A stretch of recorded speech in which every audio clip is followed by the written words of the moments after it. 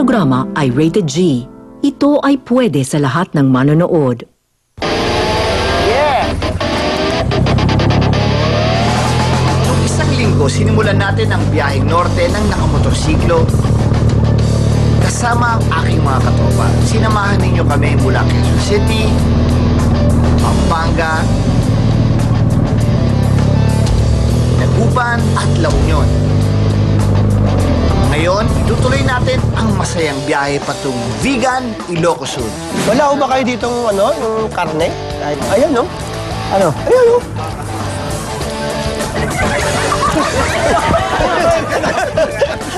Gusto mo, karera tayo eh. Ano? Oo.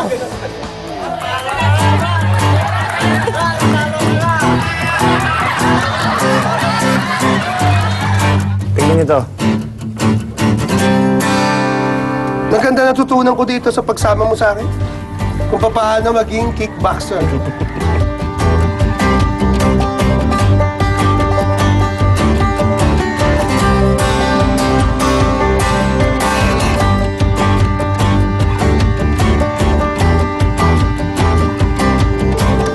Hoy! Kailan ba kita hinahanap? Saan ka na naman galing? Eto nga, nagpaturo ako kay Joseng Batute. Napakasarap ng tulog ko kagabi. Lalo na, isipin mo, paggising mo sa umaga, ito ang makikita mong tanawin. Napakasarap. So, recharge na ako. Yung pagod ko kahapon, tanggal na lahat yan. Ready na ako para mag-explore ulit. Kung saan tayo pupunta, tignan nyo na lang to. Teka muna, yung kasama ko kasi, isa pang masarap ang tulog na to. Si Yani. Yani! Ano?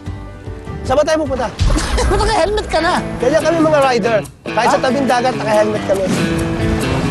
Isipin mo naman, may kasama ka ng ganito, may diferensya pa sa ulo. Kaya ako, ba't pinapago pa ng parents ito lumalabas eh. Kaya pasensya na kayo, kaya ginas ko siya. Ay, ka na. Ano, alas na tayo? Oo! Ano, biyahe tayo? Oo! Sige. Oo. O na kami, mahaba-haba pa ang biyahe namin. Kaya samahan nyo kami, mga kapatid. Ako po si Aga Mulak. Tumingin-tingin ka lang. Ang daming pwedeng matuklasan maging isang Pinoy Explorer! Let's go! Yay! Oh, jacket mo!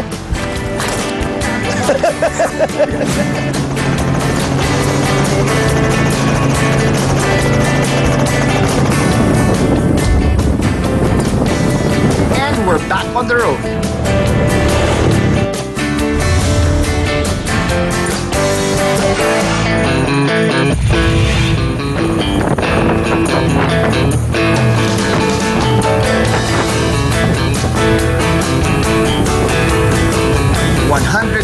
Kilometers ang lalakbayin namin para makarating sa aming destinasyon.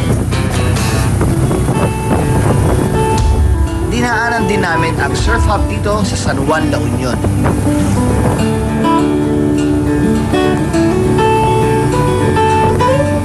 At pagkalipas lamang ng mahigit isang oras, nasa Ilocos na tayo. Akalain nyo, matakas na ang araw, matindi na rin ang init. Kaya't naghanap kami ng pamawi ng uhaw at pantawid gutom.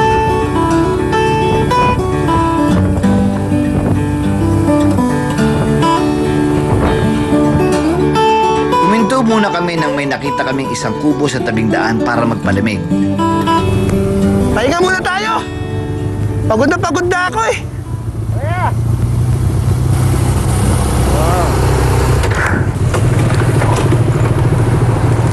Magandang hapon po! Magandang araw! Kamusta kayo dito? Eh, kaming nauuhaw. Pwede ba makainom? Ano mainom dyan? Ay, tiki, baka pwede makapagpahinga muna tayo dyan sa kubo na yan. Pwede ho ba? Pwede ho. Okay lang, ha? Tsaka maikain na rin tayo. Gutom na ako. Di pa tayo kumakain, ha? Ha? Di pa tayo kumakain. Buti nga ikaw kagabi nakakain ka, eh. Tanong mo muna, makakaya naman para makikikain lang tayo dito.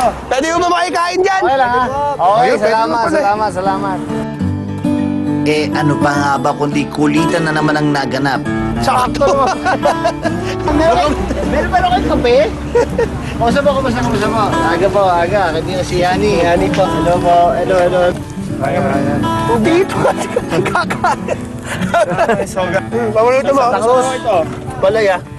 Ha? Ilocos. Ang pala ba yan? Ilocos ano? Ang palaya maliit. Pang ano? Hindi ko alam na ito pala yung tsura ng palaya. Baka ano nyo ba kumakain ka ng ampalaya Lakas nila? ko kumain ng palaya, pero hindi ko alam na ang palaya pala ito yung tsura. Kasi kinakain ko yung palaya, nakaputol na. Ngayon ko nakita. Papaano natin kung sumakain niyo mo? Ngayon ko talaga nakita. Talaga? Tumuhaan ka na, kakaglaglabs ka eh, oh. Bukas sa kami. Ano ba mga tinatanong nyo dito? Gulay. Gulay din. Palaya rin talaga? Ilan na anak ninyo? May anak na ba kayo? Dalawa? Wala na po kayong ibang pagkain? Yan lang po. Hindi ba? Gusto mo ito? Hindi, okay na to. Ipakuha na nga eh. Pakakainin pa ako dyan. Ilan taon na kayo mag-asawa? Bakit 10 taon na po? Ilang taon na? Ba't parang habang-haba ka na sa 10 taon? parang habang-haba na sa... Mahigit 10 taon na. Huwag niyo ako pinagsasawaan ng relasyon niyo. Parang sabi, mahigit 10 taon na, pwede na itigil to. Oo, tama. Wag! Huwag kayong gumaya sa mga ibang mga motorista. May nakita ko to para may mga nagtatanim. Ano ang ginagawa nila doon? Yung mga tao doon? Mali po. Ayun! Mani?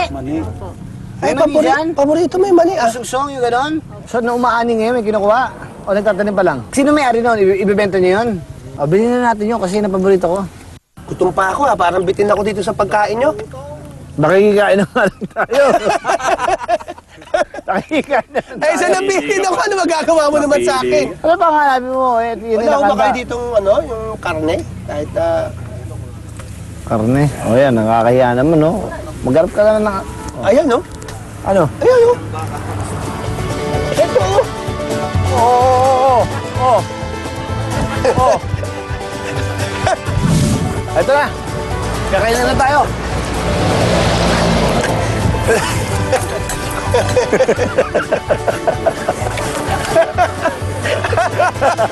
Yan.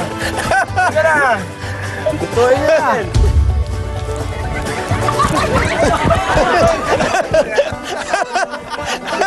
So, magkapalan na kami. Salamat sa pakuan na istorbo namin kayo. Tsaka magpasensya ka na rin sa ano, alam mo kasi si Bayani, kailangan lumabas na ng ospital niyan kasi na-diagnose siya na may depression talaga. So pinapasel-pasel ko muna siya para malibang. Tinan mo ginagawa ngayon doon. Tinan mo. Akala niya pusa yung kalaro niya. Oh. Tinan mo ginagawa. Tinan mo. Oh, alam ka, ala, umuwanan tayo ng ano.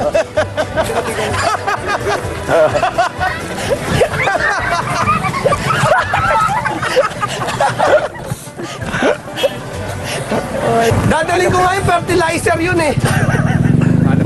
Oh, paano po kami ha? Thank you very much. Salamat. Maraming salamat.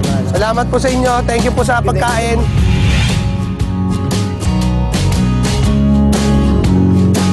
Ay, ang sarap talaga ng simpleng buhay sa probinsya. It's been good, ano? Napakasaya ng ride. Because first time ko nag-long ride ng ganito, no? I mean, hanggang Ilocos, hanggang Vegan. And then, so siyempre, pag nag-taping ka, it's different because mas mainit, because nag-stop kayo from time to time, so may kukuha kayo mga eksena. But then, kahit napapagod ka na, kahit pagpagod na ka na sa sobrang init, pag sumakay ka naman ng motorsiklo mo at umandal ka ulit and you start moving, you move kind of fast na gano'n, so nawawala yung pagod mo, no?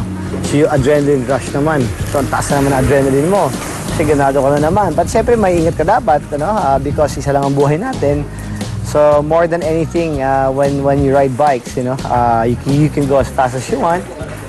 I mean, I don't encourage it, but I think lahat naman na nag-motorsiklo, alam nila yan, mga biyahe, safety first, ano?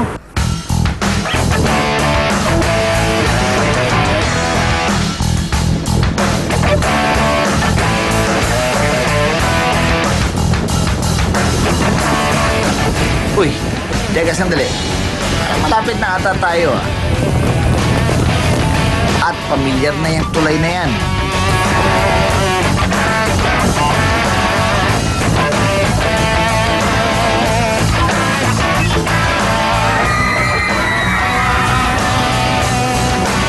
Sa wakas, dumating na rin tayo sa Vegan.